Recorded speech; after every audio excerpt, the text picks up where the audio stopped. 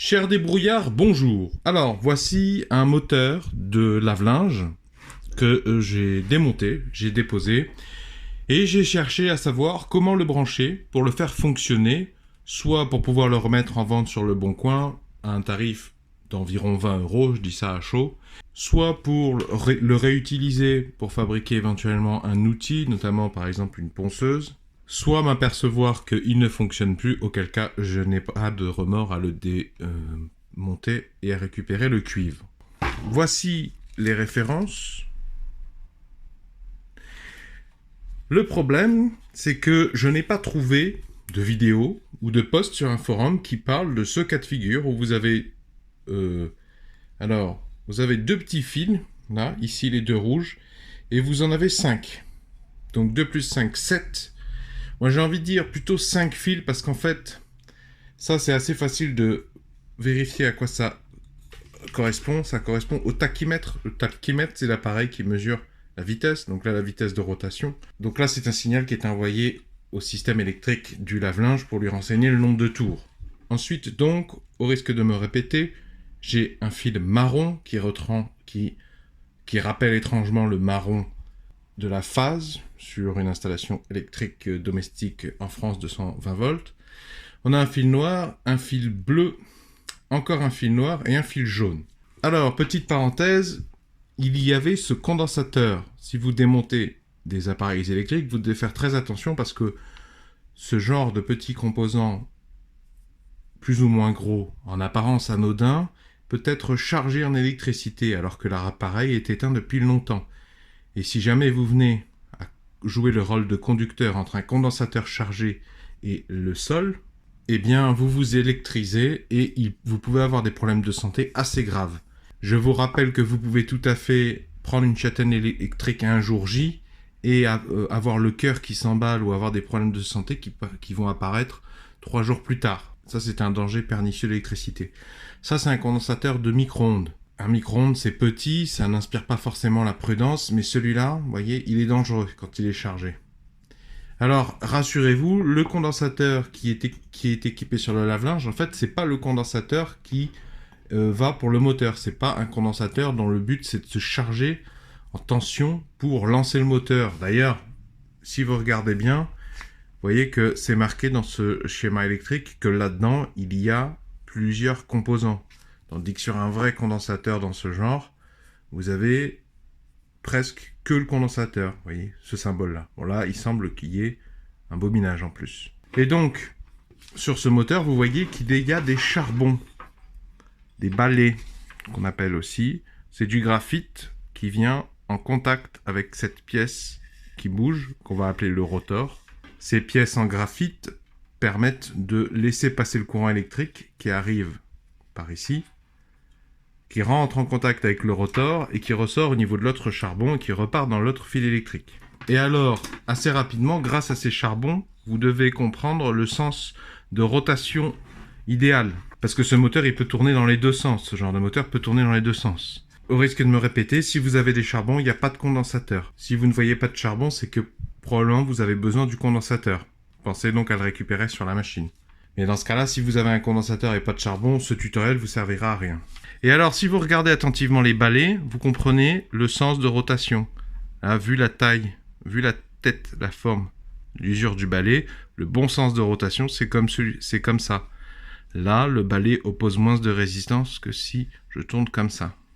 Donc, pensez à repérer ainsi le sens de rotation normal du biniou.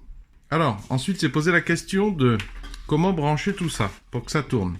Le plus facile, c'est de trouver les fils électriques ici qui correspondent au charbon.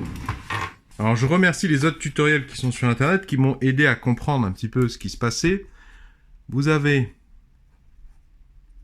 un charbon que je vais appeler 1 qui vient en contact du rotor et le courant repart vers l'autre charbon. Voilà. Et là normalement vous avez les bornes.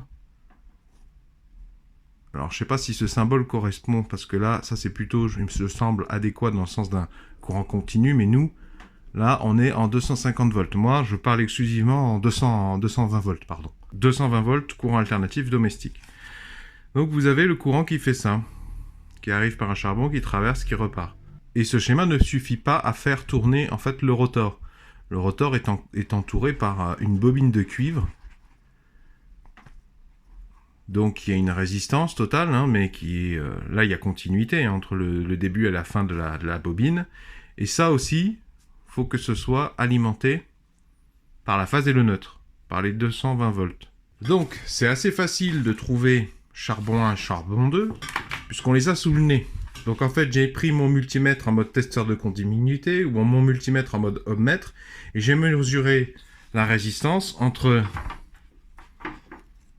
ce pin et toutes les broches. C'est un noir, donc il y avait de fortes à parier que ce soit celui-ci, soit celui-ci.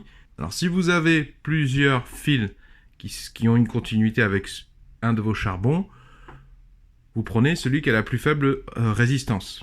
Et alors mon charbon de l'autre côté, vous voyez qu'on a le fil bleu qui arrive là, donc c'était le fil bleu.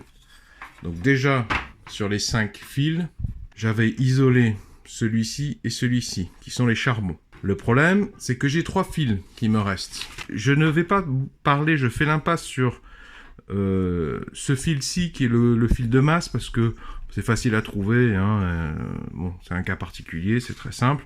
On le met en premier parce que là, c'est la sécurité. Mais donc, il me reste ici la phase et le neutre, et j'avais 3 broches de libre. Donc, c'est un peu pénible, parce que difficile de se décider comment brancher 2 fils sur 3. Alors, en mesurant la continuité, je me suis aperçu qu'il y avait continuité entre le fil marron et le fil noir, entre le noir et le jaune et le marron. Bon. Alors, j'ai fait un petit choix, c'est que je me suis dit, le marron, je vais le mettre sur le marron. Ça me semble une utilisation instinctive du code couleur. Alors, dans un premier temps, j'avais mis donc le marron sur le marron, et ensuite, donc le courant partait dans le stator, la bobine du stator, il revenait par le noir, et ensuite avec un shunt, enfin c'est-à-dire un simple fil électrique, celui-là, le orange là, ça c'est un simple fil électrique.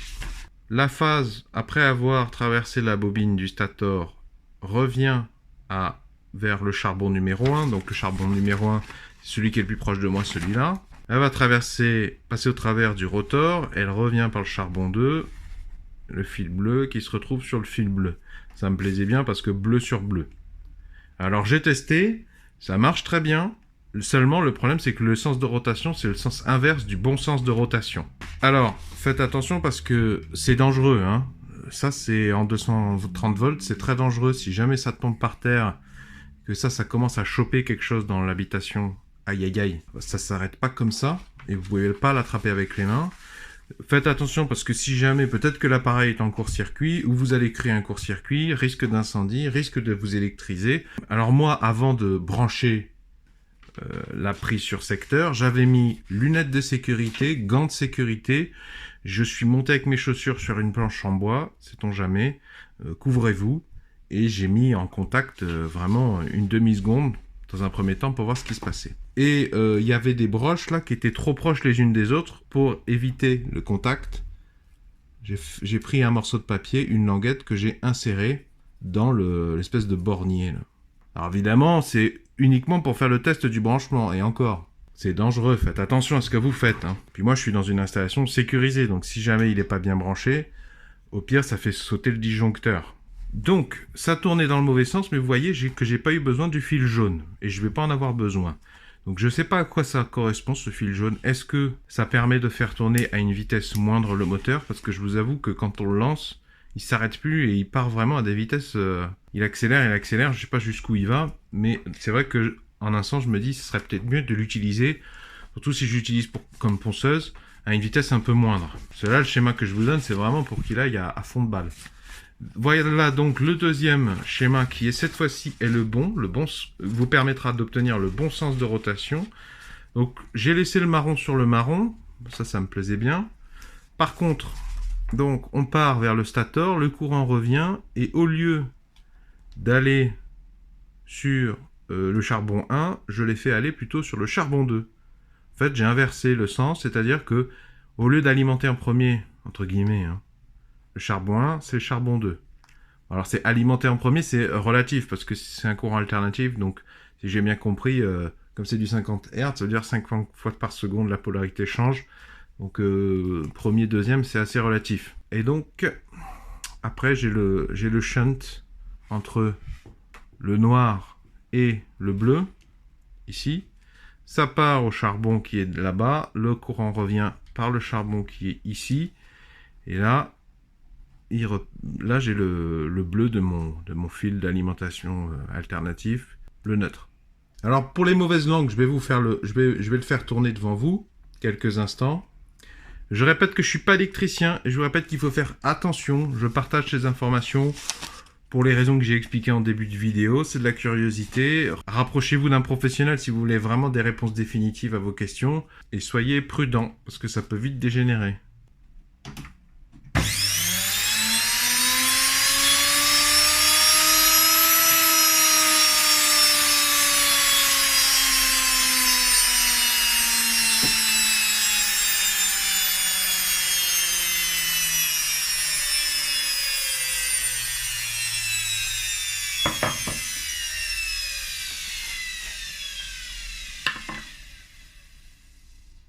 Alors vous voyez, je me suis arrêté assez rapidement parce que avec le vent que ça fait, la rotation, ça fait bouger ma languette là qui me sert d'isolation. Donc je voulais pas prendre de risques. Je vous mets dans la description toutes les sources, et notamment les forums et les autres tutoriels sur le même sujet qui m'ont été utiles sur YouTube, parce que finalement les données sont un petit peu éclatées sur Internet quand on cherche des réponses à cette question. Donc je vous mets tout ce qui m'a été utile dans la description sous la vidéo pour comprendre globalement le problème et l'adapter à mon cas de figure.